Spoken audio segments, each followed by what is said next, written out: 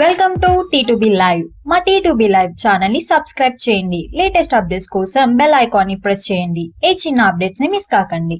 Power star Pawan Kalyan నటించిన కాటమరాయుడు రెండు తెలుగు రాష్ట్రాల్లో సూపర్ స్ట్రాంగ్ గానే కొనసాగుతున్నా పక్క రాష్ట్రం కర్ణాటకలో మాత్రం అనుకున్న రేంజ్ కలెక్షన్లు రాబట్టడంలో విఫలమైంది. అక్కడ సినిమాను భారీ ఎత్తుగానే రిలీజ్ చేసినా అక్కడ లోకల్ పవర్ స్టార్ అయిన పునీత్ రాజ్ కుమార్ సినిమా కూడా ఆ రోజే రిలీజ్ అవ్వడం కాటమరాయుడుకు మైనస్ గా మారింది. పునీత్ రాజ్ కుమార్ కెరీర్ లో అత్యధిక బడ్జెట్ తో తెరకెక్కిన లేటెస్ట్ మూవీ రాజకుమార అక్కడ ఆల్ టైమ్ రికార్డు లెవెల్లో రిలీజ్ అవ్వగా తొలి రోజు బాహుబలిని మించే కలెక్షన్లు సాధించింది. అక్కడ కర్ణాటక చరిత్రను తిరగరాస్తూ బాహుబలి తొలి రోజు 5.4 కోట్ల షేర్ ని కలెక్ట్ చేయగా ఆ సినిమానే మించే విధంగా 7 కోట్ల షేర్ ని కలెక్ట్ చేసింది ఈ సినిమా. అంతటి పాజిటివ్ టాక్ కూడా సినిమాకు రావడం సినిమాకు అడ్వాంటేజ్ గా మారి తొలి వీకెండ్ లో అక్కడ ఆల్ టైమ్ హిస్టారికల్ వసూలను కురిపించింది. ఇది కాటమరాయుడుకు పెద్ద మైనస్ పాయింట్ గా మారిపోయింది. దాంతో సినిమాకు మొత్తం మీద అక్కడ 4 రోజుల్లో 4.3 కోట్ల షేర్ మాత్రమే వసూలు కాగా ఇప్పుడు 5వ రోజు టోటల్ కలెక్షన్లు పడిపోయాయి. మొత్తం మీద 5 రోజుల కలెక్షన్లు 4.4 కోట్ల లోపే ఉండటం